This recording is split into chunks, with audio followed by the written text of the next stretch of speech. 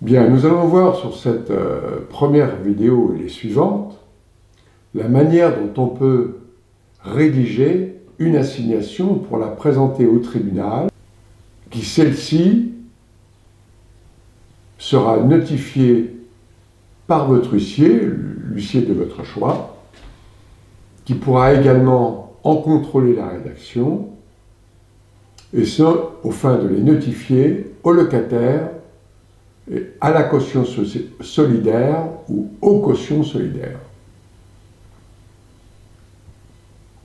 Alors, comment présenter la rédaction d'une assignation par devant le tribunal d'instance? Cela fait donc partie de la première partie de cette rédaction. Vous allez avoir plusieurs parties de façon à ce que chaque partie, on vous explique bien comment la rédiger de façon à ne pas avoir tout d'un seul coup et avoir la tête remplie de tout et de n'importe quoi. Donc vous pourrez, une fois que vous aurez assimilé par exemple la première partie, passer à la deuxième partie, etc., etc. Et ça doucement, de façon à chaque fois à bien assimiler chaque vidéo, chaque rédaction. Donc cette assignation, cette rédaction d'assignation, et dans l'hypothèse que votre locataire ne s'est pas acquitté d'au moins 2 loyers, souvenez-vous, par rapport aux vidéos précédentes, et des provisions de charges y afférentes,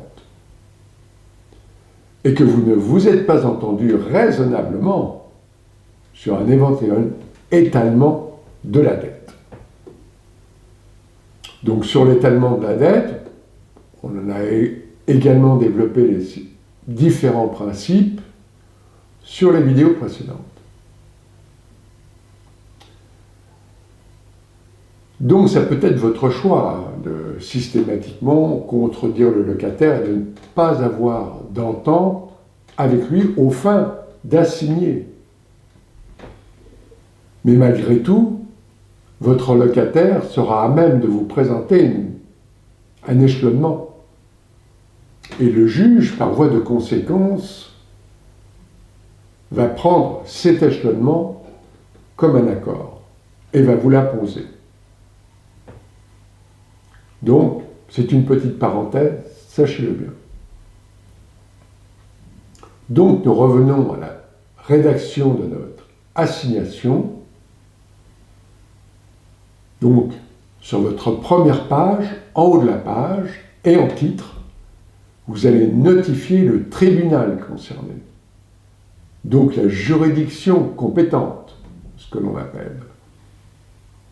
Et sur quel principe vous demandez au juge de statuer. Donc, comme on l'a vu sur les vidéos précédentes, je vous conseille directement d'assigner ce que l'on appelle au fond. Vous serez, par voie de conséquence, dans l'obligation d'apporter les preuves de toute affirmation que vous allez soumettre à cette assignation et que vous allez donc soumettre au juge par voie de conséquence quand vous allez développer votre défense.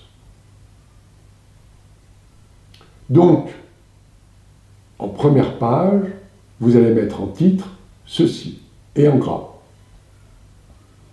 Assignation au fond, en paiement et demande d'expulsion par devant le tribunal d'instance. Ensuite, vous allez aller à la ligne, vous allez mettre en gras et en lettres majuscules l'an 2020, en fonction de l'année, et vous allez laisser en pointillé.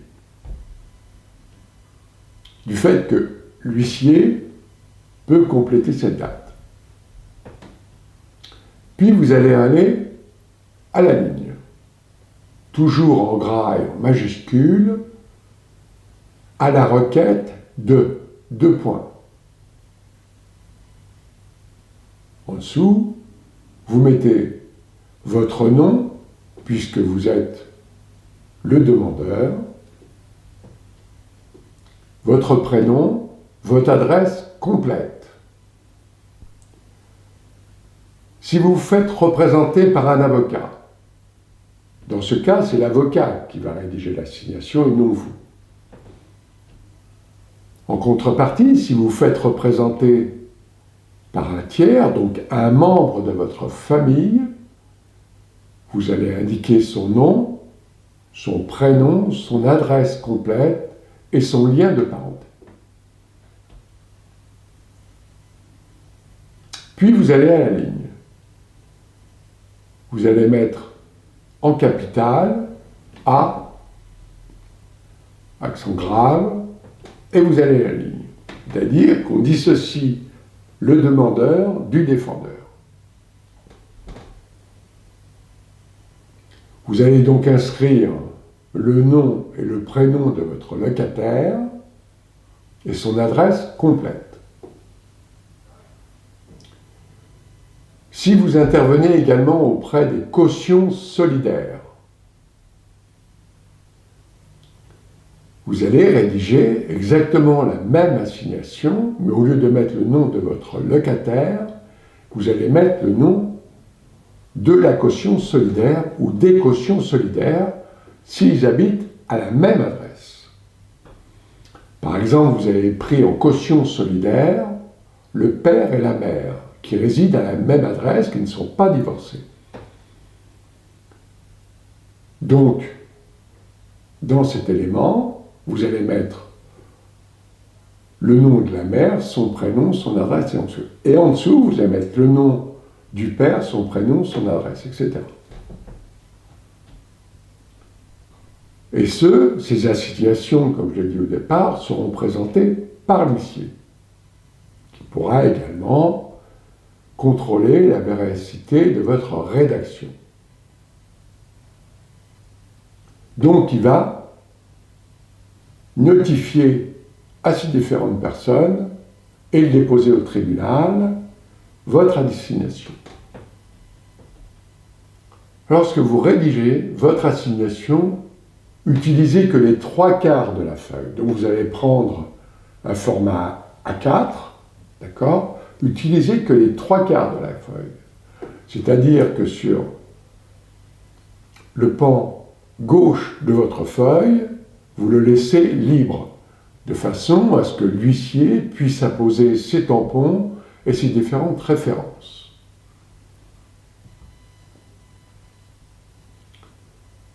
Vous allez également notifier sur votre assignation les points obligatoires sous peine d'irrecevabilité, de nullité de votre assignation. Très important.